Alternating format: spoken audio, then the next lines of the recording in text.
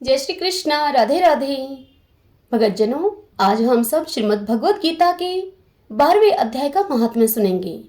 सर्वप्रथम भगवान का स्मरण करते हुए सब बोलिए श्री राधा कृष्णाभ्याम नमो नमः। श्री लक्ष्मी नारायण भगवान की जय। भगवान शंकर माता पार्वती की जय। श्री महादेव जी देवी पार्वती से कहते हैं, हे पार्वती, दक्षिण दिशा में कोल्हापुर नाम का एक नगर है जो सब प्रकार के सुखों का आधार, सिद्ध महात्माओं का निवास स्थान तथा सिद्धि प्राप्ति का वह क्षेत्र है। वह पराशक्ति भगवती लक्ष्मी का प्रधान पीठ है। संपूर्ण देवता उसका सेवन करते हैं। वह पुराण सिद्ध तीर्थ, भोग एवं मोक्ष को प्रदान करने वाला है। वहाँ करोड़ों तीर्थ और शिवलिंग हैं। रुद्र गया भी वही है। वह विशाल नगर लोगों में बहुत विख्यात है। एक दिन कोई युवक पुरुष उस नगर में आया। वह कहीं का राजकुमार था। उसके शरीर का रंग गोरा, नेत्र सुंदर, ग्रीवा शंख के समान और कंधे मोटे तथा छाती चौड़ी और भुजाएं बड़ी बड़ी थीं। नगर में प्रवेश करके सब और महलों की शोभा निहारता हुआ वह देवेश्वरी महालक्ष्मी के दर्शनार्थ उत्कंठित होकर मणिकंठ तीर्थ में गया और वहां स्नान करके उसने पितरों का तर्पण किया। फिर महामाया महालक्ष्मी जी को प्रणाम करके भक्तिपूर्वक सत्वन करना उसने आरंभ किया। वह राजकुमार बोला, जिसके हृदय में असीम दया भरी हुई है, जो समस्त कामनाओं को देती है तथा अपने कटाक्ष मात्र से सारे जगत की सृष्टि, पालन और संहार करती है, उस जगन्माता महालक्ष्मी की जय हो। जिस शक्ति के सहारे उसी के आदेश के अनुसार परमेष्ठी ब्रह्मा सृष्टि करते हैं, भगवान अच्युत जगत का पालन करते हैं तथा भगवान रुद्र अखिल विश्व का संहार करते हैं। उस सृष्टि, पालन और संहार की शक्ति से संपन्न भगवती पराशक्ति का मैं भजन करता हूँ। हे कमले, योगी जन तुम्हारे चरण कमलों का चिंतन करते हैं। हे कमलालय, तुम अपनी स्वाभाविक सत्ता से ही हमारे समस्त इंद्रिय गोचर विषयों को जानती हो। तुम ही कल्पनाओं के समूहों को तथा उसका संकल्प करने वाले मन को उत्पन्न करती हो। इच्छा शक्ति, ज्ञान शक्ति और क्रिया शक्ति, ये सब तुम्हारे ही रूप हैं। तुम परासन्वित अर्थात परम ज्ञान रूपिणी हो। तुम्हारा स्वरूप निष्कल, निर्मल, नित्य, निराकार, निरंजन, अंतरहित, आतंक शून्य, आलंबहीन तथा निरामय है।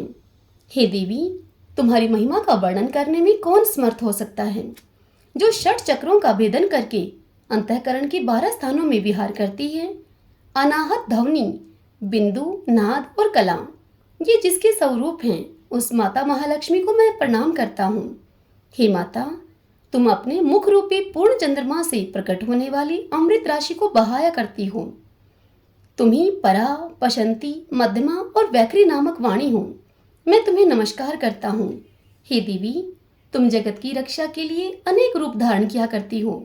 हे अंबिके, तुम ही ब्राह्मी, वैष्णवी तथा महेश्वरी शक्ति हो।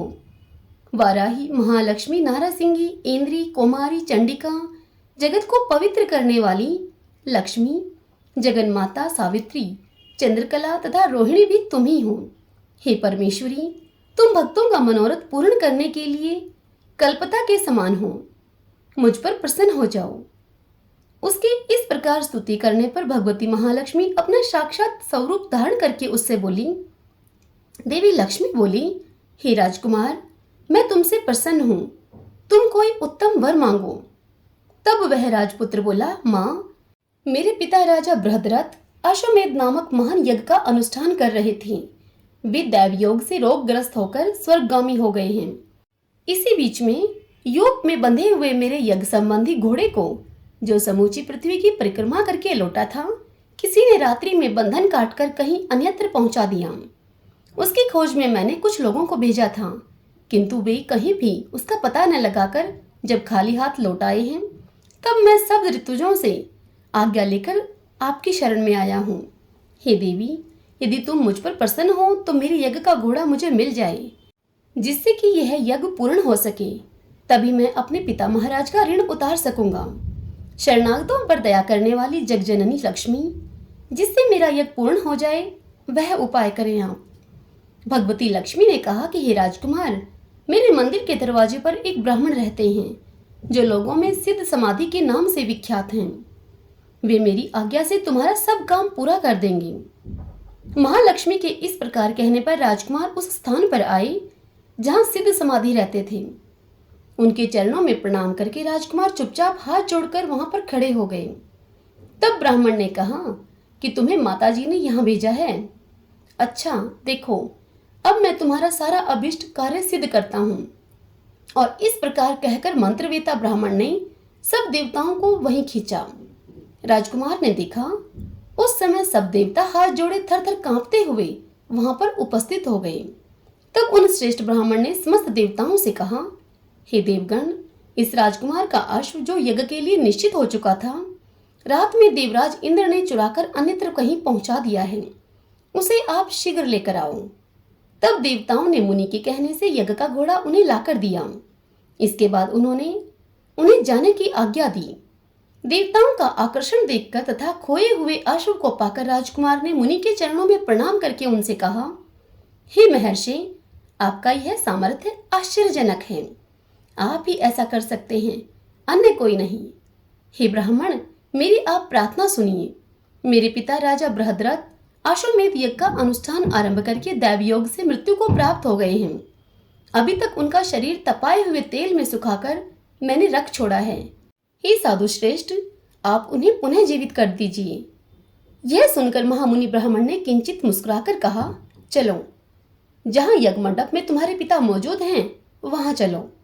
तब सिद्ध समाधि ने राजकुमार के साथ वहां जाकर जल अभिमंत्रित किया और उसे उस शव के मस्तक पर रखा। उसके रखते ही राजा सचेत होकर उठकर बैठ गए। फिर उन्होंने ब्राह्मण को देखकर पूछा, धर्म स्वरूप आप कौन हैं? तब राजकुमार ने महाराज से पहले का सारा हाल उन्हें कह सुनाया।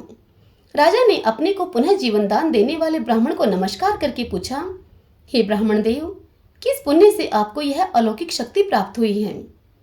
उनके यूं कहने पर ब्राह्मण ने मधुर वाणी में राजा से कहा, हे राजन, मैं प्रतिदिन आलस्य रहित होकर गीता के 12वें अध्याय का जप करता हूँ। उसी से मुझे यह शक्ति मिली है जिससे तुम्हें जीवन प्राप्त हुआ है। यह सुनकर ब्राह्मणों सहित राजा ने उन ब्रह्म ऋषि से गीता के 12वें अध्याय का अध्ययन किया। उसके महात्म्य से उन सबकी सद्गति हो गई। दूसरे दूसरे जीव भी उसके पाठ से परम मोक्ष को प्राप्त हो चुके हैं। हरि ओम तत्सत। श्री राधा कृष्णाभ्याम नमो नमः। लक्ष्मी नारायण भगवान की जय। भगवान शंकर माता पार्वती की जय। भगतजनों, अंत में मेरी आपसे एक छोटी सी रिक्वेस्ट।